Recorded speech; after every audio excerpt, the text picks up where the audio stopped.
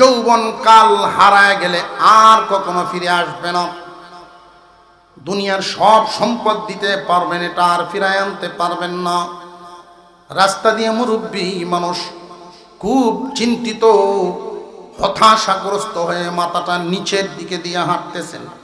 আর একজন যুবককে জিজ্ঞাসা করে, দাদা মনে হয় কোনো কিছু হারায়া ফেলছো, বলো কি হারাইছো আমি খুঁজে দেই। না রে ভাই, যেই জিনিস হারাইছি এটা খুঁজে পাওয়ার মতো না। এমন একটা সময় ছিল সুনামগঞ্জ পর্যন্ত পায়ে হাইটাই যেতে পারতাম, এখন এমন একটা হালত হয়েছে মসজিদ পর্যন্ত যাবার পারি না, শক্তি আমার কোলায় না।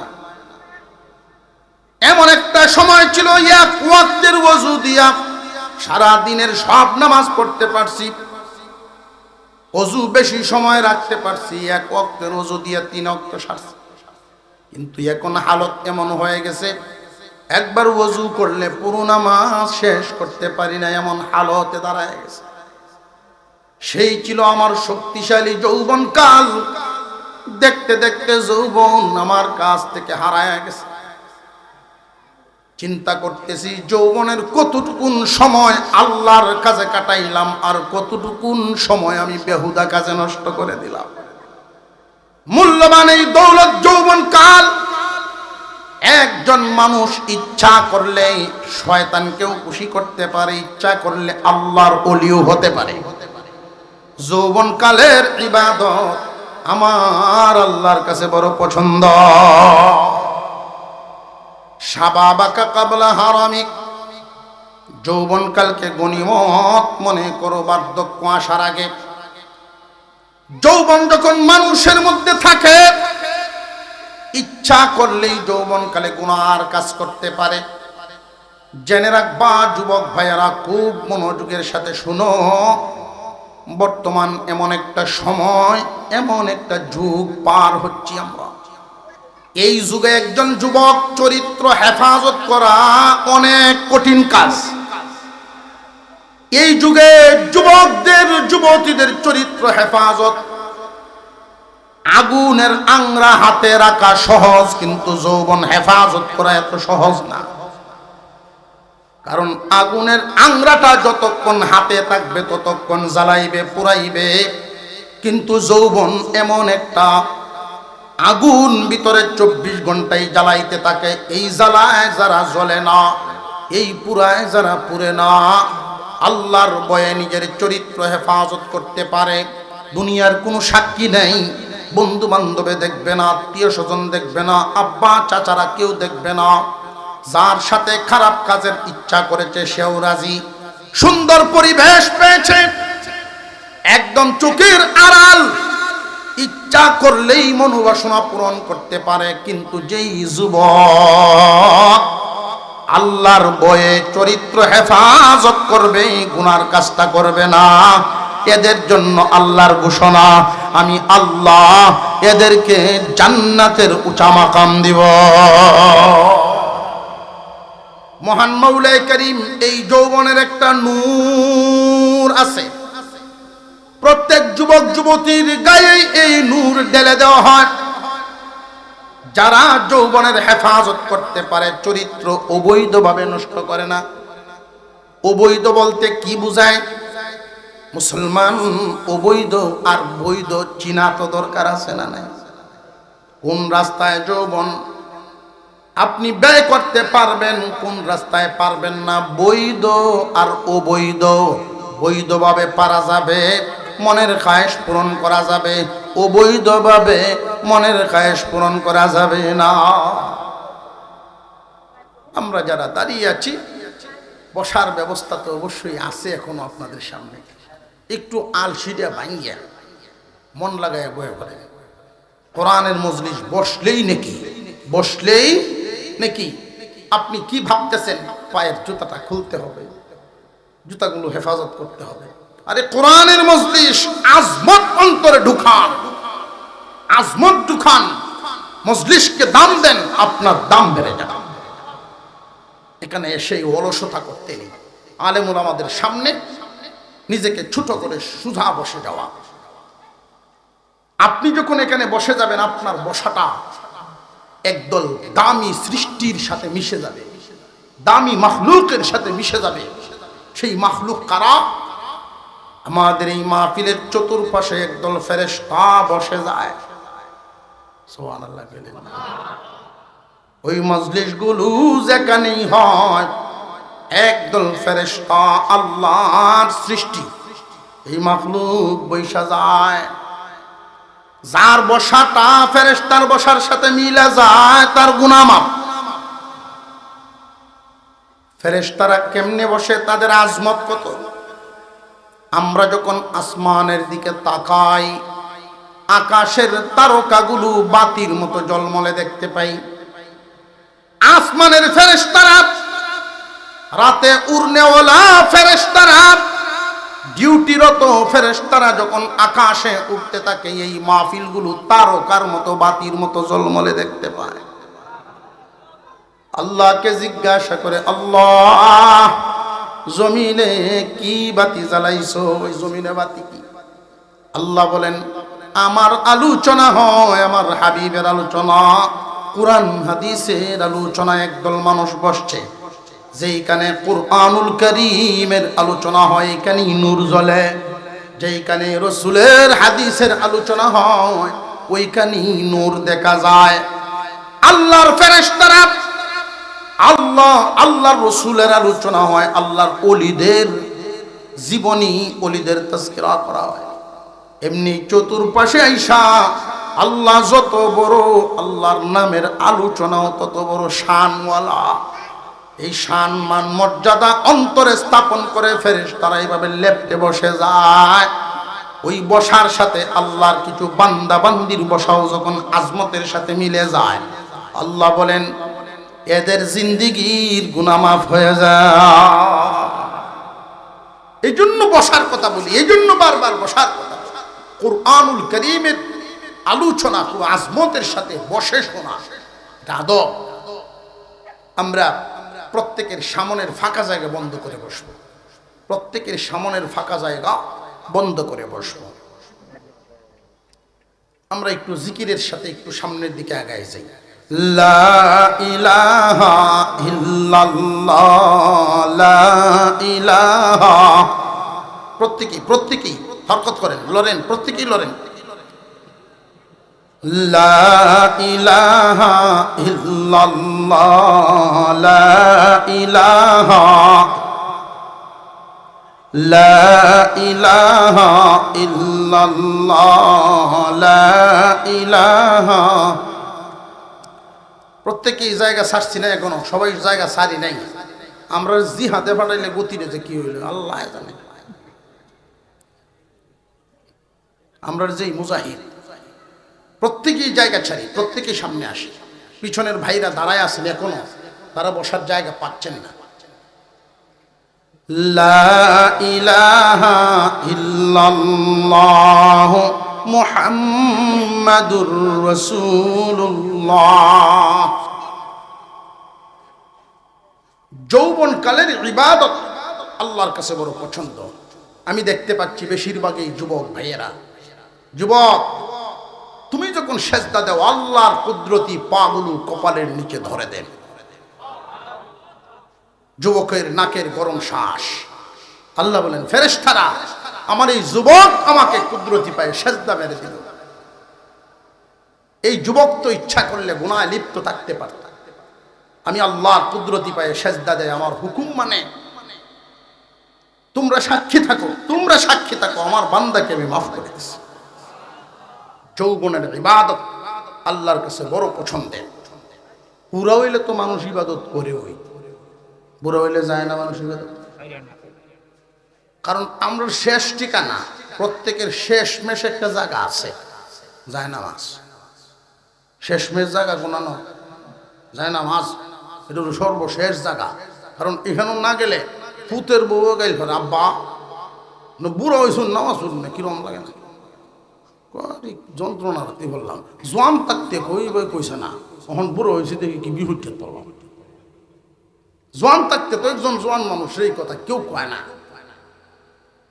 মনে হয় যে বুড়া হইলে নামাজের বয়স হয়। আমাদের সমাজে যে কথাটা চালু বোঝা যাইতেছে, বুড়া হইলে নামাজের বয়স হয়। বাবারে যদি কেউ জিজ্ঞাসা করে, আপনার ছেলেরা শুধু বড় ছেলে নামাজ পড়ে, বাকি মেজু সেজু কেন্নটা এদিকে নামাজ পড়ে না, বয়স হোক বয়স হোক বয়স হোক, মানে বালে হয়েছে না, এখন 3 লাখ বালে হয়েছে। বালেগ হওয়ার আগ পর্যন্ত আল্লাহ বান্দার কাছে কিছুই চান না, শুধু বান্দারা দেন। তুমি বান্দা মার গর্ভে ছিলা, আমি আল্লাহ তোমারে খাওয়াইছি, তোমারে রাখছি মার গর্ভে। দুনিয়ার জমিনে তুমি আসতে পারো নাই, আমি আনছি। আমরা দুনিয়াতে আসছি না আল্লাহ আনছেন? জবান খুলে বলেন, কে আনছেন? আল্লাহু আখরাজাকুম মিন বুতুনি উম্মাহাতিকুম লা তা'লামুনা শাইআ। আল্লাহ বলেন, আল্লাহ এনেছেন তোমার মার গর্ভ থেকে, এমন ভাবে আনছেন বলতেও জানো না, চলতেও জানো না, খালি ওয়া ওয়া ছাড়া কোনো ভাষা নাই। কিন্তু তোমার এই যে আওয়াজটা, এই আওয়াজে আমি আল্লাহ এমন দরদ মাখায়া দিছি রে বান্দা, তোমার মার কলিজার সাথে একটা তার লাগায়া দিছি, মহব্বতের তার। যেই মেয়েটা 2 বছর আগে কোনো সন্তান কুলে যদি নিত, কারোর কোনো ছোট বাচ্চা পেশাব করে দিলেই শুধু মাটি ঠেহান দিতে পারছে না, বিয়ার আগে মেয়েটার কুলে যদি কেউ পেশাব করে দেয়, কোনো বাচ্চা লইতে পারছে? 16 বছর বয়সের একটা মেয়ে, ওর কুলে যদি কোনো বাচ্চা পেশাব করে দেয়, কুলো রাখে রাখে দূর দূর করে তাড়াতাড়ি, আর ভাইহানা করলে তো ভাই 3 দিন পর্যন্ত এর ঘরের দর হয়ে যেত না। কিন্তু এই 16 বছর বয়সের মেয়েটার এই 6 মাস পরে যখন বিয়ে হয়, 1 বছর 1.5 বছরের মধ্যে আবার বাচ্চা কোলে। এই বাচ্চা কুলে নিয়ে যদি ভাত খাইতে বসে, এমন টাইমে পেশাব কেন পায়খানাও যদি করে, মা সন্তানকে কুলে নিয়ে ভাত খায়, বাচ্চা নামায় না। আরো জোরে কর, এই দয়া মায়ার তার লাগাইছেন কে? রে বান্দা, তুমি আমার কচি বান্দা, ছোট বান্দা, দুনিয়ার জমিনে আসছো নতুন বান্দা, মার সাথে ঘুমাইছো। রাতের বেলায় ঘুমের ঘরে মার হাতটা যদি তোমার নাক মুখে পড়ে যাইতো, সরাইবার ক্ষমতা তোমার ছিল না, শ্বাস বন্ধ হয়ে মারা যাইতা। আমি আল্লাহ তোমার পায়ের দিকে, মাথার দিকে ফেরেশতা খাদেম দাঁড় করায় রাখছি, আস্তে করে তোমার মার হাতটা সরাইয়া তোমারে শ্বাস ফেলার সুযোগ দিছে। আরো জোরে কোন সুবহান। বান্দা, তুমি দুনিয়ার জমিনে ভূমিষ্ঠ হইবা, কি পরবা? দনপুর বাজারের কাপড়ের দোকানো আগেই আমি কাপড় আনিতেছি। মার বুকে তোমার জন্য সুস্বাদু দুধের ব্যবস্থা রাখছি, তুমি আগে আইছো না তোমার রিজিক আগে? দিছেন কে? আল্লাহ শুধু দিলেন, চাইলেন না, শুধু দেন, চান নাই। রে বান্দা, মার দুধ যতদিন পান করো, দাঁতের দরকার নাই, এই জন্য দাঁত দেই নাই। বান্দা, তোমার যখন যেটা দরকার, সময় আসার আগে আমি আল্লাহ তোমার জন্য ব্যবস্থা করে দিছি। মুখে দাঁতের দরকার, কারণ মাছ, শাক সবজি, ছোট ছোট খাবার দরকার। এই ছোট একটু একটু খাবার খাও, ছোট ছোট কচি কচি কিছু দাঁত দিলাম যেন সহজ হয়।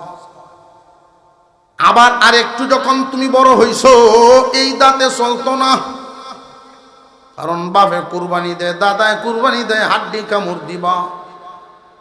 এই দাঁত পাল্টাইয়া ফাউন্ডেশন দিয়া, ফাউন্ডেশন দিয়া, খুদ দিয়া, এর ভরে দাঁত আরো দিছেন আরেক ফাটি। এই নিয়ামত দিছেন কে? আল্লাহ কিন্তু এখনো চান নাই বালেগ হওয়ার আগ পর্যন্ত বান্দা বান্দির উপরে আল্লাহ চাপায়া দেন নাই।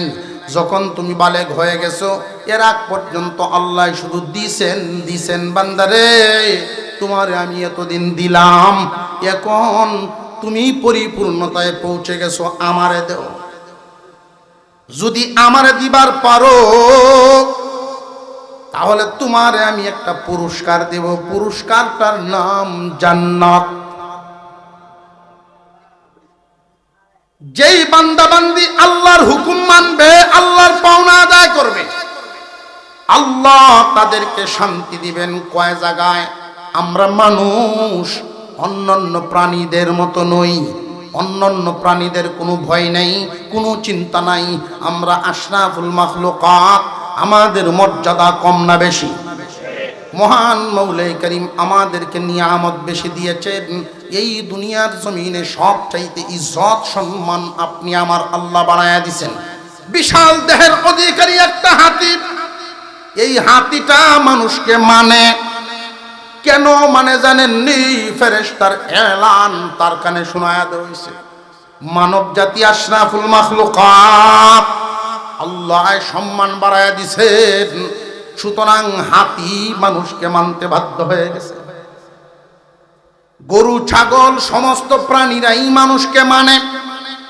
আপনারা প্রশ্ন করতে পারেন যে হুজুর বাঘে তো মানে না, ধরে না, বাঘ দেখলে তো আমরা ডরাই। মানুষ যদি মানুষ হয় বাঘেও মানে। বুঝতেন ঘটনা? হামিদনগর একটা আপনাদের এই সিলেট বিভাগে একটা জায়গার নাম বাহুবল, হবিগঞ্জ বাহুবল একটা হামিদনগর। ওইখানে আব্দুল হামিদ সাহেব রহমতুল্লাহ আলাইহি, ওনার জীবদ্দশায় পাহাড়ি এলাকায় বাড়ি। মেহমান মুরিদান ওনার বাড়িতে যখন আসতেন, পাহাড় জঙ্গলের বাঘ, চিতা বাঘ ওনার বাড়ির পুকুরের ফাঁক দিয়ে মাঝে মাঝে হাঁটতো। মেহমান বাংলা করো, মেহমান আলাদা করে ঘুমাইছেন। এই সময় পুকুর ভরে বাঘ দেখা, বাঘ পুকুর ভরো, মেহমান ঘরের ভিতরে চিৎকার শুরু করছে, ডরাইছে। হুজুর বাইরে আইতেন, কি হইছে কি হইছে? যে বাঘটা কই? বাঘ পুকুর ভরো। তো হুজুরে কইতেন, আমি তো ভাবছি যে আপনি বাঘের সামনে খাড়া। হুজুর আস্তে আস্তে ওইখানে গেছেন, বাঘের কানে ধরছেন, ধরে এইভাবে চর দিছে। আর হুজুর এখন আল্লাহু আকবার করে না করছি, আমার মেহমানরা ডরায়, আমার মেহমানরা ভয় পায়। তুই যদি মানুষের কল্যাণে সৃষ্টি হয়ে থাকিস, এই মুহূর্তে চলে যা। আমার বাড়িতে মেহমান থাকলে এই দিকে আর আসবে না। মানুষ যদি মানুষ হয়, ফেরেশতার চেয়েও দামি হয়, এমন কোন মাখলুক নাই। আল্লাহ পাক রব্বুল আলামিন কুরআনুল কারীমের ভিতরে ঘোষণা করেন, ওয়ালাকাদ কাররামনা বানি আদম। সমস্ত সৃষ্টির উপরে মর্যাদা দিয়েছেন আল্লাহ বনি আদমকে। এই বনি আদম সম্মানী, বনি আদম দামি, মর্যাদাবান। এই বনি আদম এতই সম্মানওয়ালা, এত ইজ্জতওয়ালা, কিন্তু আফসোসের ব্যাপার, বনি আদম কাজ করে দামি হইয়া কম দামা। বনি আদমে দামি হইয়া কম দামা কাজ করে। লক্ষ্য করে দেখবেন, একটা প্রাণী যদি মারা যায়, এই প্রাণীর গোশত স্বজাতি প্রাণী খায় না, কিন্তু মানুষ, মানুষের হাতে খুন হয়। ওয়ালাকাদ কাররামনা বানি আদম। মানুষের সম্মান ইজ্জত বাড়াইছেন আল্লাহ। মানুষ যদি মানুষ হয়, কেমন সম্মানী, কেমন সম্মানী। মানুষ যদি মানুষ হয়, ফেরেশতার হলেও দামি হয়। মানুষ যদি কম দামা হয়ে যায় তাহলে কিন্তু তার দাম কমে পশুর চেয়ে নিকৃষ্ট হয়ে যায়। উলাইকা কাল আনআম বাল হুম আদাল্লু উলাইকা হুমুল গাফিলুন। আল্লাহ বলেন, এই মানব জাতিরে আমি চোখ দিলাম, মানব জাতিরে কান দিলাম, সুন্দর দেমাগ বুদ্ধি দিলাম, কলব দিলাম। মানব জাতির যেই বডিটা, অঙ্গ প্রত্যঙ্গ অন্যান্য প্রাণীদের অঙ্গের চাইতে মানব জাতির অঙ্গগুলো অনেক গুণী। মানুষের অঙ্গগুলো এমন, এক একটা অঙ্গে অনেক গুণদান করলাম। একটা প্রাণীর জিহ্বা আছে, মানুষেরও জিহ্বা আছে।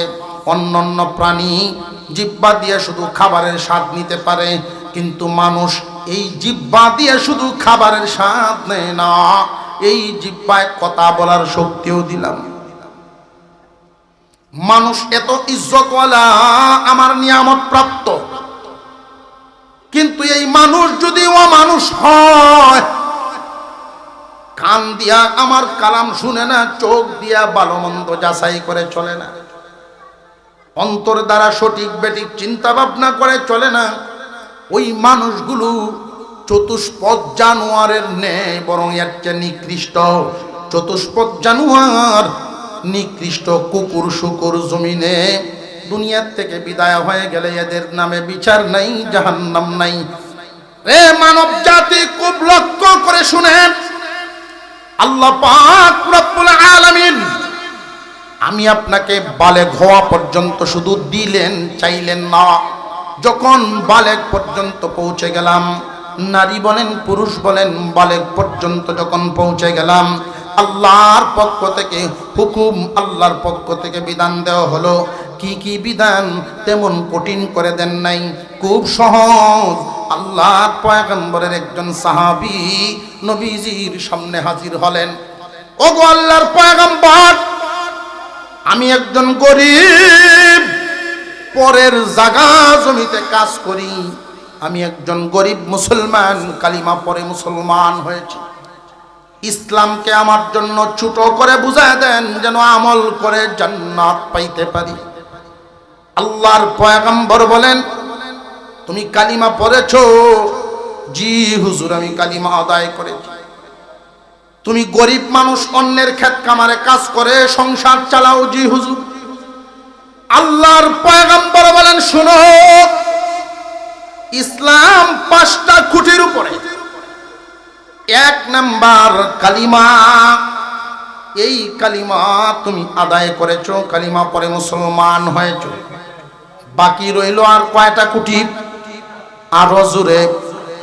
4 কোটির মধ্যে তুমি একজন গরিব মুসলমান। গরিব হওয়ার কারণে আল্লাহ হজ এবং যাকাত তোমারে মাফ করে দিছে। গরিব হইলে আফসোস করবেন না, আল্লাহর কাছে এমন ভাবে চাইবেন, আল্লাহ এমন অভাব দিও না যে অভাব হইলে মানুষের কাছে হাত পাতা লাগে। আর এমন সম্পদও চাই না যেই সম্পদ হইলে পরে তুমি মাওলারে বইলা যাই। সম্পদের কারণে মানুষ আল্লাহ থেকে অনেক দূরে হয়। বেশিরভাগ মানুষই সম্পদের কারণে বেপরোয়া হয়, গুনাহগার হয়। সম্পদ দিয়ে আল্লাহর সন্তুষ্টি তালাশ করার সংখ্যা খুব কম। সম্পদের কারণে বেশিরভাগ মানুষই গুনাহগার হয়। এই জন্য আল্লাহর রাসূল বলেন, আমি গরিবী জিন্দেগি পছন্দ করি। নবীজি মূলত গরিব ছিলেন না, কিন্তু গরিবের মতো থাকতে ভালোবাসতেন। যিনি ফু দিলে পাথর স্বর্ণ হয়, উনি কি গরিব নি? আল্লাহর নবী একবার খাইতেন, একবার না খাইতেন। গরিবী জিন্দেগি উনার পছন্দ ছিল, ভালো ছিল। আল্লাহর নবী বলেন, দুনিয়াতে আমি গরিবদেরকে ভালোবাসি, এদের মতো করে থাকি। কিয়ামতের দিন আমি গরিবদের সাথে হাসরে দাঁড়াইব। গরিবরা আমার কাছে থাকবে। আল্লাহর রাসূল বলেন, ধনীর 500 বছর আগে গরিব জান্নাতে চলে যাবে। হজ যাকাতের হিসাব নাই, মাফ। 5 কোটির একটা কালিমা আগেই শেষ। হজ যাকাত আল্লাহ মাফ করে দিলেন, বাকি রইল কয় কোটি? 2 কোটি। আল্লাহর পয়গম্বর বলেন, সাহাবীরে বছরে 1 মাস রোজা রাখতে পারবানি নাকি খুব কঠিন লাগবে? আপনারা কি মনে করেন বছরে সারা বছর ঘুরে 1 মাস রোজা রাখা কঠিন কাজ না আসান আছে? বছরে 1 মাস রোজা রাখা, আল্লাহর নবীর সাহাবী বলেন এটা আমি পারবো, কষ্ট হবে না। বাকি 11 মাস একটু একটু পরিশ্রম বেশি করে ফেলবো। রমজান মাসে রোজা পালন করার জন্য প্রয়োজনে কাজের চাপ একটু কমায় নিব। তবু আল্লাহর হুকুম রমজানের রোজা আদায় করা, তারাবির নামাজ আদায় করা এটা কঠিন হবে না। আল্লাহর পয়গম্বর বলেন বছরে 1 মাস রোজা রাখো। 5 কোটির মধ্যে খুব ভালো করে মনে রাখবেন, বারবার মুখস্থ করে ভিতরে ঢুকায়া দেন, অন্তরের ভিতরে গেঁথে নেন। কালিমার হক আগেই আদায়, হজ যাকাত মাফ, বছরে 1 মাস শুধু কষ্ট রোজা, বাকি রইল 1 কোটি। বান্দারে তোমারে যে আল্লাহ অস্তিত্বে আনলেন, দুনিয়ায় আনলেন, বালেগ হওয়া পর্যন্ত আল্লাহ শুধু দিয়াই গেলেন। বালেগ হওয়া পর্যন্ত আল্লাহ কোনো কিছুই চান নাই। এখন চাইলেন মজবুত করে, তোমার জন্য কঠিন লাগতেছে একটা, 5 ওয়াক্ত নামাজ আদায় করবা।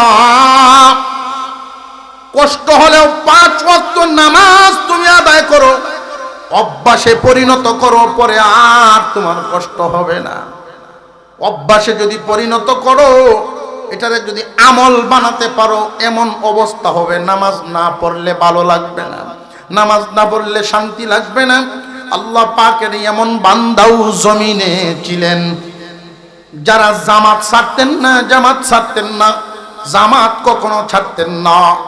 হঠাৎ করে একদিন আসরের জামাত ছুটে গেছে, আল্লাহ পাকের বান্দার পেরেশানি, একা একা আসরের নামাজ পড়ছেন ঠিক, মাগরিব হওয়া পর্যন্ত যদি না বাঁচেন, মাগরিবের আগেই যদি মরে যান, উনার জীবনের শেষ আমলটা হবে জামাত ছাড়া নামাজ পড়া। এই পেরেশানি ঢুকে গেছে। মাঝে মাঝে অচেতন হয়ে যান, যখনই মাগরিবের আজান হয়ে গেছে আলহামদুলিল্লাহ বলে তাকবীরে উলায় গিয়া শামিল হইয়া মন শান্ত হইছে। নামাজ যখন অভ্যাসে পরিণত হবে, তখন আর তোমার কষ্ট হবে না। দুনিয়ার কাজ কাম রে কাজেই মনে হইতো না, নামাজ রে কাজ মনে হবে। আর এখন দুনিয়ার কাজ রে কাজ মনে হয়, নামাজ রে চাপ মনে হয়। আল্লাহ পাক রব্বুল আলামিনের বান্দা বান্দি খুব ভালো করে বুঝেন, মহান আল্লাহর ঘোষণা, তোমার পাওনা জন্ম থেকে বালেক হওয়া পর্যন্ত আমি শুধু দিয়া গেলাম, এখন আমারে দিবা। মরার আগ পর্যন্ত আমার হুকুম, ফরজ বিধানগুলো, বিশেষ করে 5 ওয়াক্ত নামাজ, বছরে 1 মাস রোজা। 5 ওয়াক্ত নামাজ, বছরে 1 মাস রোজা, এটা শুধু পালন করো, তোমারে আমি আল্লাহ জান্নাত নামক একটা নিয়ামত, শেষ ঠিকানা তোমারে দিব। শুধু তাই না বান্দা, অন্যান্য প্রাণীর সমস্ত সৃষ্টি জগতের মধ্যে সবচেয়ে মর্যাদা বেশি কার? অন্যান্য প্রাণীর না মানুষের? মানুষের বনি আদমের সম্মান ইজ্জত বাড়াইছেন কে? ওয়ালাকাদ কাররামনা বনি আদম ওয়া হামালনাহুম ফিল বাররি ওয়াল বাহর। আল্লাহ বলেন শুধু সম্মান ইজ্জত বাড়াই শেষ না, হামালনাহুম ফিল বাররি ওয়াল বাহরি। বান্দারে তোমাদেরকে জলে স্থলে আকাশ পথে তোমাদের যানবাহনের ব্যবস্থাও আমি আল্লাহ করে দিছি। আমরা যে চলাফেরা করি 1 ঘন্টার রাস্তা 10 মিনিটে যাই, এই যে যানবাহন এইগুলো কে দিছেন? এক সময় ছিল শুধু ঘোড়া উট, কার দেয়া নিয়ামত? ইস্ট ইন্ডিয়া কোম্পানি বানাইছেন উট, টাটা কোম্পানি ঘোড়া বানাইছে। আওয়াজটাই বোঝা যায়। উটগুড়া বানাইছেন কে? ভাবতে পারেন যে ট্রাক, বিমান এইগুলো তো বানাইছে কোম্পানি। হুজুর এখন কি করবেন? রে বান্দা, খুব ভালো করে বুঝেন, বানাইছেন মানুষের মাথার মধ্যে বুদ্ধি ঢেলে দিছেন। কি বুদ্ধি? এক জায়গার লোহা, আরেক জায়গার কাঠ, আরেক জায়গার প্লাস্টিক, এইগুলো আইনা একত্রিত করলে একটা গাড়ি হয়। এই বুদ্ধিটা আল্লাহ মানুষের মাথায় দিছেন, কিন্তু এক টুকরা লোহা বানানোর মতো ক্ষমতা কোনো মাখলুকের আসেনি। আরো জোরে কর। এই মূল ধাতু, মূল নিয়ামতটা দিছেন কে? আল্লাহ। এক জায়গার লোহা, এক জায়গার কাঠ, আর এক জায়গার প্লাস্টিক, এগুলোর মূল আল্লাহর দেয়া নিয়ামত। তোমাদের মাথায় আমি ঢেলে দিলাম, ওইটারে একত্রিত করবা, তোমার জন্য চলার একটা বাহন হবে। বান্দাবান্দিরে, জলে, স্থলে, আকাশপথে চাল চলনের জন্য আমি আল্লাহ তোমাদেরকে যানবাহনের ব্যবস্থাও দিলাম। রে দুনিয়ার ইমানদার মুসলমান, বনি আদমের ইজ্জত দিছেন, বনি আদমের জন্য যানবাহনের ব্যবস্থাও করেছেন। অন্তরে একটা প্রশ্ন আসতে পারে, হুজুর যানবাহন তো শুধু আমরা ব্যবহার করি না, দেখছি গরু তো যানবাহন উঠে। গরুরে টাকা তোলে না ভাবলি? যে গরু যে টাকে উঠে, এটা গরুর শখে না। কোন প্রাণীর এরকম আকাঙ্ক্ষাই নেই, কোন প্রাণীর অন্তরে এমন আকাঙ্ক্ষা নাই গাড়ি উঠত। ডিসকভার চালায়, এটা পাল্টায় এখন আরেকটা, কিন্তু এরকম কোনো আকাঙ্ক্ষাই গরুর নেই। যদি থাকতো, কোন দিন গৃহস্থরা বিপদ বলল, যেই কেটটা দূরা গরু কইলে আসবো, যাইতাম না, টাক দেন লাগবে।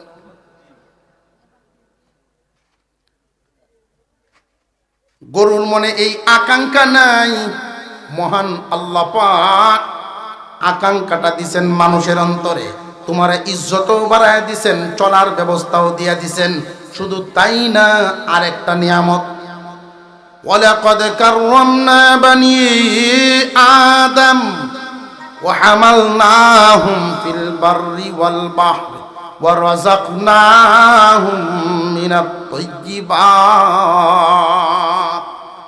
রে বান্দা বান্দি, তোমাদের মর্যাদা বাড়ায় দিলাম, চলাচলের যানবাহন দিলাম, উত্তম রিজিক তোমাদেরকেই দিলাম। অন্য কোনো প্রাণীকে এমন দামি উত্তম রিজিক দেই নাই। মানব জাতিকে আল্লাহ যেই উত্তম রিজিকের ব্যবস্থা করেছেন, কেমনে মানব জাতি কেমনে খায় লক্ষ্য করে দেখবেন। গোশত, শাক সবজি, এই জমিনে যত হালাল খাদ্য আছে এগুলোর দিকে আমরা তাকাই। আমরা গোশতও খাই, সবজিও খাই। এই জমিনে এমন কিছু কিছু প্রাণী আছে যেই প্রাণীগুলো গোশত খায়। বাঘে গোশত খায়, গরু শাক সবজি ঘাস এগুলো খায়। কিন্তু মানুষের দাঁতগুলো যে আল্লাহ বানাইছেন, খেয়াল করছেন নি? গরুর দাঁত সমান, কোনো চুক্কা দাঁত নাই। বাঘের দাঁত চুকা চুকা, সমান দাঁত নাই। কারণ বাঘে ঘাস খাইতো না, গোশত খাইব, চুকা দাঁতের দরকার। আর গরু গোশত খাইতো না, চুকা দাঁতের দরকার নাই, ঘাস খাইব, সমান দাঁতের দরকার। মানুষে মাংসও খাইব, আঁশ জাতীয় খাবার, নিরামিষ জাতীয় খাবার, মাংসও খাইব, সবজিও খাইব। এবং এই জন্য মানুষের মুখে সমান দাঁতও লাগবো, চুক্কা দাঁতও লাগবো। মানুষের মুখে দুনুটা আছে না নাই? আল্লাহু আকবার কর। বান্দায় শুধু কায় আর কায়, চিন্তা করে না। আছে না নাই? কন্যা আলহামদুলিল্লাহ। আরেকটা, বাঘে যদি গোশত খায়, শুধু গোশতই খায়, লবণ দিত জানে না। গরু যদি ঘাস খায়, শুধু ঘাসেই খায়, মরিচ মিলাই তো জানে না। আর আপনি আমার যে আল্লাহ রিজিক দিছেন, পেঁয়াজ রসুন আদা মরিচ তেলের বাগান, সবটা দিয়া কি স্বাদ সুস্বাদু খাবারের ব্যবস্থা করছেন কে? আল্লাহ পাক রব্বুল আলামিন বলেন, বান্দা এত কিছু দেওয়ার পরে এবার ঘোষণা শুনো, অন্যান্য প্রাণীদের এই ভয় নাই তোমার যে ভয়, অন্যান্য প্রাণীদের এই চিন্তা নাই তোমার যেই চিন্তা হবে। তোমার সামনে কিন্তু বিপদের গাটি আছে, অন্যান্য প্রাণীদের এই বিপদের গাটি নাই। মানব জাতির বিপদের ঘাটি সামনে, চারটা গাটি পাড়ি দিয়া প্রত্যেকটা মানুষকেই শেষ ঠিকানায় পৌঁছতে হবে। শেষ ঠিকানাটার নাম বলছিলাম হয়তো জান্নাত, আর না হয় জাহান্নাম হবে। আল্লাহ যেন আমাদের সকলকে জান্নাতে পৌঁছায়া দেন, বলুন আমিন। এই দোয়াটার পরেও যদি কেউ মুখটা বন্ধ থাকে, এমন আইলসা কি আরো হইবে?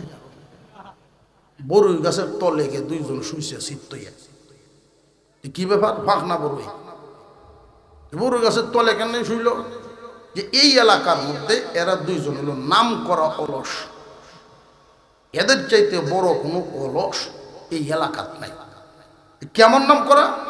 ফাঁকনা বড়ই, সরকারি গাছ, রাস্তার সাথে সাধারণ মানুষের জন্য ওয়াকফ করা, যার ইচ্ছা সে নিতেছে, খাইতেছে। একটু ঢিল দিলে বা লারা দিলেই কটা বড়ই ভাই, ঢিল লারা দেওয়া সম্ভব না ভাই। আজকে যাই পর্যন্ত আইসি এটির তো বেশি। বড়ই খাইতো ইচ্ছা, কেমনে খাইব? দুজন আইসা গাছের দিকে হাঁ করে শুয়ে চিত্তে শুয়েছে।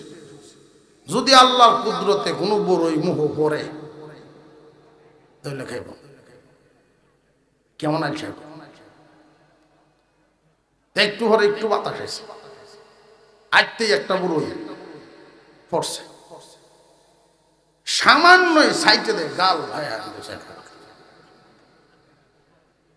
মুহ ডুবল না, সামান্য একটু লাগবে, 1 ইঞ্চি দিকে গেলে বাতাসটা লাগছে বড়ইটা, মুহ করলো না। সাইডের তারে ডাকে, ভাই 8টা বারে দে তুললে আমার মুহ। হ্যাঁ দিতাম না, তোমার মুহ তুললে দেন। কিছুক্ষণ পরে কুত্তাইছে, কুত্তার চরিত্র হইল পেশাব করার সময় ঠ্যাং তুলো আমার, এদিক দিয়ে আই যেই ঠ্যাং আলগি দিছে সেটি শিক্ষাই লইছে, এই কুত্তাটা কেদা? আমি কেদাই যেতাম না, তুই বড় উঠে দিস এবারে। এমন আইসা এত সুন্দর একটা দোয়া করলাম, আল্লাহ যেন আমাদের শেষ ঠিকানা কোথায় দেন। এরপরেও আমিন কইছেন। আমি দেখছি ছায়া জাম ঢিজে আসি, জাম ঢিরিছে। বিপদের গাটি, অন্যান্য প্রাণীদের সামনে কোনো বিপদ নাই, আমাদের বিপদ কয়টা? আরো জোরে। 1 নাম্বার বিপদের গাটি, তার নাম হলো মত।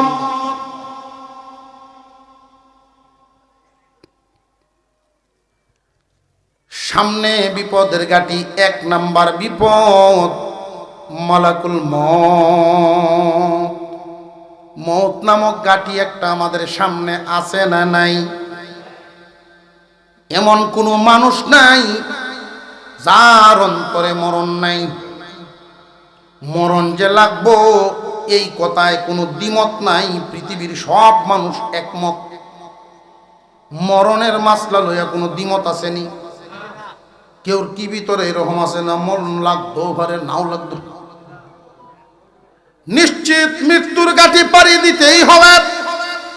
এই মরণের গাঠিটা হয়তো কারোর আরামের নয়তো কারো কষ্টের হবে। মৃত্যুর সময় যন্ত্রণাটা এমন হয়, জবাই সারা জিন্দা একটা প্রাণীর পুরা শরীরের চামড়া সিলাইলে যেই পরিমাণ কষ্ট হবে, এর চাইতে দ্বিগুণ কষ্ট দিয়া জান বের করা হবে। হুজুর কেমনে বুঝতাম চামড়া সিলাইলে কেমনে কষ্ট হয়, কতটুকুন লাগে এটা বুঝতাম কেমনে, অনুভব কেমনে করন? অনুভবটাও বলে দিই, দেখবেন কাজ কাম যারা করেন আঙ্গুলের মধ্যে উবদা উঠেনি, উবদা, এই উবদার ধরে বিসমিল্লাহ করে একটা টান দিবেন, উবদাটা তুললে দেখবেন কেমন কষ্ট লাগে। সারা বডির চামড়া যদি ছিঁড়া হয় তাহলে কেমন কষ্ট হবে টের পাইবেন। এর চাইতে দ্বিগুণ কষ্ট দিয়ে জান বের করা হবে আল্লাহর নাফরমানদের। বালেগ হওয়া পর্যন্ত আমি আল্লাহ দিলাম, এরপরে চাইলাম তুমি দিলা না। যদি দিতা তাহলে তোমার মরণ হইতো কেমন? বাবার কুল থেকে মার কুল, মার কুল থেকে বাবার কুল। সন্তানে যদি কুল বদলায় যেমন লাগে তার কাছে, এই দুনিয়ার জমিন থেকে ইন্তেকাল করে আলমে বরজখ তোমার কাছে এমন লাগবে। এক নাম্বার গাটি হলো মালাকুল মউত, দুই নাম্বার গাটি বিপদের গাটি, চিন্তার গাটি কবর। আলমে বরজখ, বারজাখুন শব্দের অর্থ হলো ডাকনা, পর্দা, আড়াল। দেখা যায় না, দুনিয়ার জমিন থেকে বিদায় থই আইলাম মাত্র দেরাত নিছে। এই যে আড়াল, যারে যে থই আইছেন জীবনে আর কোনো দিন এই মুখ দেখা হবে না। আরেকবার কখন? হাসরের মাঠে উঠবে যখন। দুনিয়ার থেকে বিদায় হওয়া নিয়ে হাসরের মাঠে ওঠার আগ পর্যন্ত এই সময়টাই হলো আলমে বরজখ, কবরের জগৎ। এই জগৎটার হালত হলো ওইখানে গিয়ে এই পরিচয় চলবে না আমি 4 জন হাফেজ ছেলের বাপ, চলতো না। আমার 3 জন সন্তান আলেম, এটা চলবে না। তুমি কে এটা চিনার দরকার নাই। কবর শুধু চিনে তোমার আমল। আমল যদি ভালো হয়, আল্লাহর পয়গম্বর বলেন আল কবরু রাউযাতুম মির রিয়াদিল জান্নাহ আও হুফরাতুম মিন হুফারিন নার। রে আমার বান্দার, আল্লাহর বান্দারা, আমার মায়ের উম্মত, এই কবরের অবস্থা হবে হয়তো কারোর জন্য জান্নাতের টুকরা, আর নইলে জাহান্নামের একটা গর্ত। তোমার আমল যেমন হবে তোমার মরণ তেমন হবে। তোমার মরণ যেমন হবে কবরের হালত তোমার সাথে এমন হবে। যদি রে বান্দা কবরের সামান রেডি করতে পারো।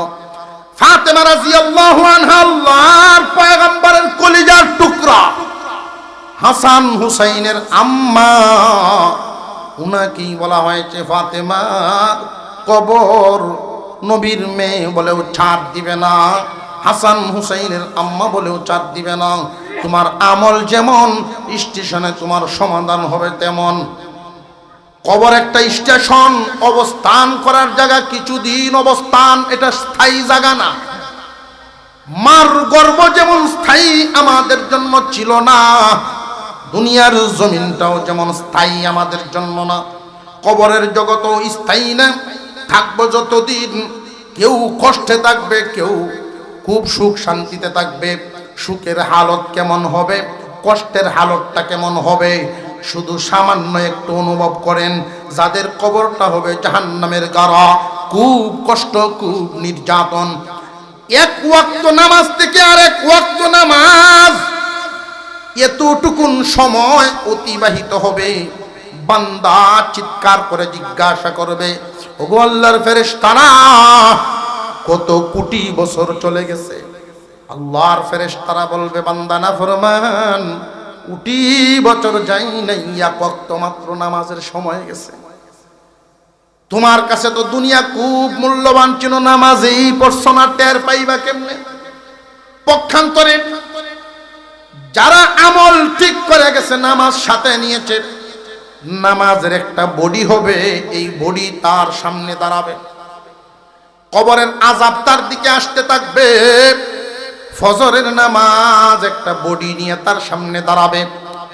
রে কবরের আযাব আর সামনে অগ্রসর হইবা না। আমি ফজরের নামাজ আল্লাহর বান্দাকে আমি ঘুমাইতে দেই নাই, আরাম করতে দেই নাই, আমাকে হেফাজত করছে। জোহর পর্যন্ত আমি এই বান্দার হেফাজতের জিম্মাদারি। জোহরের নামাজ যখন আদায় করবে, এইভাবে এক বডি নিয়ে সামনে দাঁড়াবে। আযাব রে, সামনের দিকে অগ্রসর হইবা না। দুনিয়ার কাজকর্ম, দুনিয়ার ব্যস্ততা আমার থেকে এই বান্দাকে আলাদা করতে পারে নাই। যেহেতু আমাকে সে ছাড়ে নাই, আমিও তাকে ছাড়ব না। আসর পর্যন্ত পাহারা দিব। আসরের নামাজ আর একটা বডি নিয়ে মাগরিব পর্যন্ত, মাগরিবে এশা পর্যন্ত, এশা ফজর পর্যন্ত বান্দার হালত হবে, বান্দা ঘুমাইবে, এমন এক ঘুম দিবে, একটা ঘুম দিবে ইসরাফিলের সিংহার আওয়াজ তার ঘুম ভাঙবে। ঘুম থেকে উঠবে, তার কাছে মনে হবে ফজরের 2 রাকাত সুন্নতে যেই পরিমাণ সময় লাগছে, এই পরিমাণ সময় মাত্র গেছে।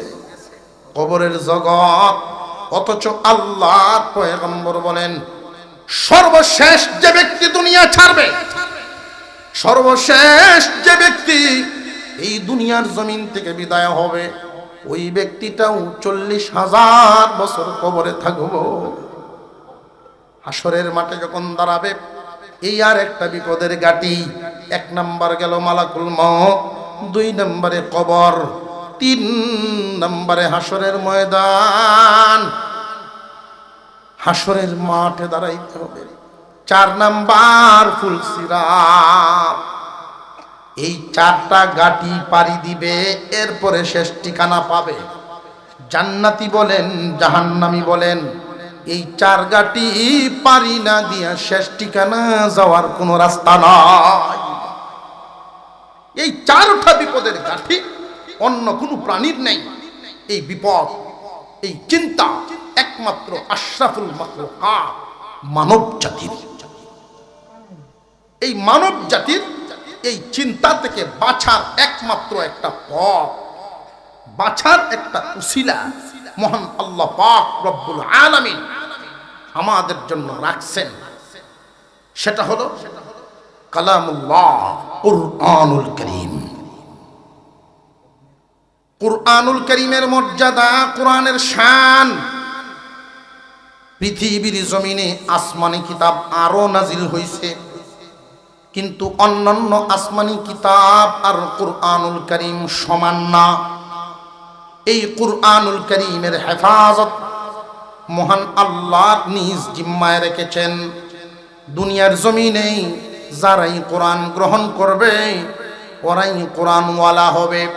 কোন ঘরে যদি আল্লাহর কালামের তিলাওয়াত করা হয়, আল্লাহর কালাম তো এমনই এক নিয়ামত আমাদের জন্য, যেই কালামের উসিলায় আল্লাহ পাক চির শান্তির জায়গা জান্নাত দান করবেন। যেই কালামের দ্বারা, কুরআনুল কারীমের মাধ্যমে, কোরআনের বদৌলতে আল্লাহ আমাদেরকে জান্নাত দিবেন। চিরদিনের জন্য চির সুখের জায়গা যদি কোরআনের উসিলায় দিতে পারেন, দুনিয়ার জমিনে যেই ঘরে আল্লাহর কালাম তিলাওয়াত করবে, যেই মানুষটা কোরআনের সাথে মহব্বত রাখবে, তিলাওয়াত করবে, এই মানুষটাকে সামান্য কয়েকদিনের ক্ষণস্থায়ী জিন্দিগি, সামান্য রুজি রোজগারের ব্যবস্থা, সামান্য রিজিকের ব্যবস্থা কোরআনের উসিলায় আল্লাহ দিতে পারেননি না পারেন না। এজন্যই লক্ষ্য করে দেখবেন, জমিনের উপরে সহি শুদ্ধভাবে কুরআনুল কারীম শুধু তেলাওয়াত জানে, শুধু তেলাওয়াত, হাফেজও না, আলেমও না, শুধুমাত্র তিলাওয়াত করতে জানে, এই মানুষটাকেও আল্লাহ সম্মানের রিজিক, হালাল রিজিকের ব্যবস্থা করে দেন। বড় অট্টালিকা হয়তো দেখবেন না, চোখের সেই রঙিন চশমাটা যদি নামিয়ে ফেলেন, তাহলে আসল বিষয়টা আপনাদের চোখের সামনে ধরা পড়ে। যেই মানুষগুলো বড় বড় অট্টালিকা করে হাজার হাজার কোটি টাকার মালিক হয়, আগে ভাবতে হবে সেখানে হালাল কি পরিমাণ, হারাম কি পরিমাণ। যদি হারাম থেকে থাকে, অট্টালিকা 500 বিল্ডিং হলেও কোনো দাম নেই, কোনো লাভ নেই। হারামগুলো হলো শুকর কুকুরের গোশতের মতো। আর মুমিনের কাছে যদি একটা কুড়ে ঘর থাকে হালাল, সামান্য রিজিকের ব্যবস্থা আছে হালাল, দুবেলা দুমুঠু ভাত খেতে পারে, কাপড় পরতে পারে, ইজ্জত নিয়ে আল্লাহর হুকুমে চলতে পারে, হালাল পথে যদি চলতে পারে, এই সিম্পল জীবনযাপন, সাধারণ জীবনযাপনটা